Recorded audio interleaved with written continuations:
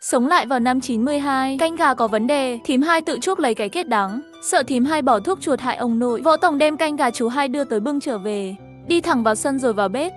Đổ nồi canh gà vào cái nồi lớn dùng để nấu ban đầu. Nồi trong tay, tiện tay tìm một góc đặt xuống, kéo gương mặt u ám trở về nhà. Vừa đi về được một lúc, Vương Cầm bước vào bếp, món canh gà nóng hổi được bưng lên bàn ăn. Võ Đại Lang từ bên ngoài bước vào, thấy Vương Cầm bày mặt thối tự mình ăn cơm, cũng không xới cơm cho hắn, chẳng có tâm trạng gì cả, quay người ra cửa hút thuốc. Cô đi đâu? Anh quan tâm tôi đi đâu à? Sao cô không té xuống mương luôn đi?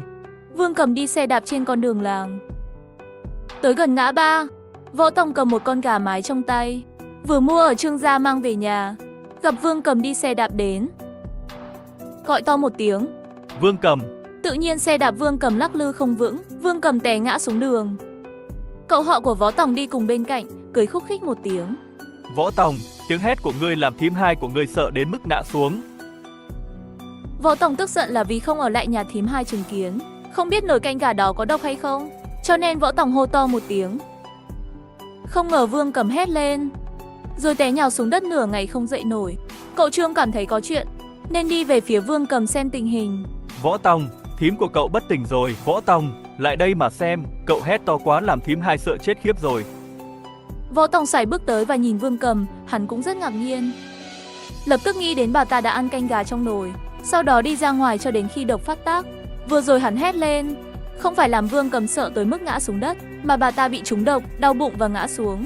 Đầu Võ Tòng bỗng nhiên choáng váng. Nếu vợ ăn canh gà thì sao? Nếu con trai và ông nội ăn canh gà thì sao? Ai đã bỏ thuốc, hắn không dám chắc.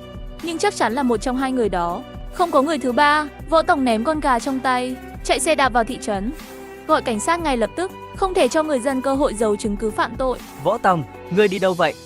Cậu họ ơi, Vương Cầm uống thuốc diệt chuột. Trương Phú Tường nghe được Võ Tòng hô một câu, Vương Cầm uống thuốc diệt chuột. Cục trưởng Lỗ, tôi là Võ Tòng, tôi muốn báo án. Trong văn phòng xuất hiện mấy cảnh sát, ngăn cản Võ Tòng đang chạy vào. Cục trưởng Lỗ, bọn họ muốn độc chết vợ con tôi, độc chết ông nội tôi. Cục trưởng Lỗ, xin hãy cho cảnh sát đến. Võ Tòng, xin hãy bình tĩnh, trình bày lại rõ ràng sự việc. Cục trưởng, chú hai của tôi, Võ Đại Lang và thím hai của tôi, Vương Cầm bò thuốc chuột vào canh gà, mang qua nhà cho ông nội, vợ con tôi ăn. Ông nội và vợ tôi không sao, nhưng Vương Cầm lại bị trúng thuốc chuột. Mau cho lính của anh xuống đi. Cậu Trương, cậu hãy cùng tôi đến Lương Sơn Bạc. Mau cho hắn uống nước súc ruột để nôn ra. Bên cạnh Vương Cầm có một vòng người bao quanh. Võ Tòng hét lên với giọng đó, thu hút người của mấy gia đình gần đó ra vây quanh Vương Cầm. Võ Đại Lang được gọi tới đây. Hắn sững sờ nhìn Vương Cầm, nước súc ruột được đổ vào miệng Vương Cầm. Hắn nghĩ tới một nồi canh gà bưng tới cho ông bố. Xoay người chạy về phía nhà Võ Tòng. Võ Đại Lang, chạy đi đâu vậy? Anh bỏ mặc vợ mình à? Bỏ đi, bà ta chết chắc rồi. Món canh gà nếu ông nội ăn, nếu để cháu dâu và Văn Văn ăn, Võ Tòng sẽ giết hắn. Võ Tòng, Võ Tòng. Người bước ra khỏi nhà là Kim Liên. Có việc gì vậy chú hai? Trông vội vàng thế. Liên, canh gà đâu? Không ăn được. Có độc. Kim Liên sắc mặt trắng bệch. Chú hai, chú bỏ độc vào canh gà à?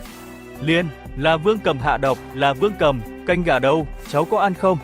Ông nội con có ăn không? Ông nội không ăn canh gà. Võ Tòng nói có độc nên mang đổ đi rồi.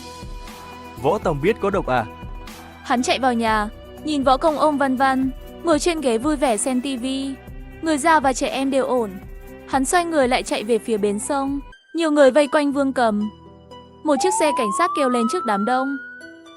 3 hay 4 cảnh sát ra khỏi xe. Võ Tòng cũng từ trong xe đi ra. Võ Tòng ngay lập tức lao tới Võ Đại Lang, đánh 3 cú đấm vào mặt Võ Đại Lang. Võ Đại Lang là người bưng canh gà bỏ thuốc chuột vào, đưa cho ông nội tôi. Võ Tòng, đừng nói tào lao, đây là một vụ án hình sự, anh đã báo cảnh sát xử lý rồi, đừng đánh người lung tung. Vương Cầm miệng sùi bọt mép, ý thức mơ ảo, mắt trắng, thân thể cứng đờ. Tránh đường, Tiểu Trương, các cậu đưa bà ta đến trạm xá, nhanh chóng đưa vào thị trấn để xúc rửa dạ dày, hãy cố gắng hết sức để cứu người. Võ Đại Lang bị xe cảnh sát bắt đi. Võ Tòng quay người chạy về phía nhà mình. Kim Liên, các người ở đâu? Kim Liên ở phía sau chăm 2 con heo con. Nghe Võ Tòng hét lên, giọng hoảng hốt không đúng. Võ Tòng, em ở đây, anh đừng hoảng hốt.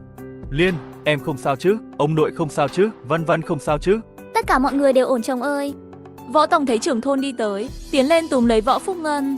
Chú trưởng thôn, hãy thông báo chuyện này qua loa của thôn mình. Vương Cầm và Võ Đại Lang bỏ thuốc chuột trong canh gà, muốn hại ông nội tôi, muốn hại vợ con tôi. Chú hãy thông báo thật lớn trên loa phát thanh của thôn, để cả làng biết. Bình tĩnh đi, chuyện đã giao cho cảnh sát xử lý rồi. Võ Đại Lang và Vương Cầm đã bị cảnh sát bắt đi. Tôi không thể bình tĩnh, tôi muốn đánh Vương Cầm, tôi sẽ giết họ, tôi muốn chúng. Võ Tòng, bình tĩnh đi. Đừng làm em sợ, được không? Chúng tôi vẫn ổn. Anh không nên phạm sai lầm. Xe cảnh sát dừng trước cửa nhà Võ Tòng. Hai cảnh sát bước nhanh đến nhà Võ Tòng. Vương Cầm cứu được không? Cứu được rồi, sự việc đã được điều tra rõ ràng. Chính miệng Vương Cầm thừa nhận đã bỏ thuốc chuột vào nồi canh gà kia và tìm thấy thuốc chuột trên người hắn. Bây giờ anh ký vào biên bản này. Phá án rồi à? Đã rõ rồi, tôi cứ tưởng bà ta cắn lại, nói tôi đã bỏ thuốc vào canh gà. Võ Tòng tiếp nhận biên bản, đọc những điều được viết trong biên bản xong.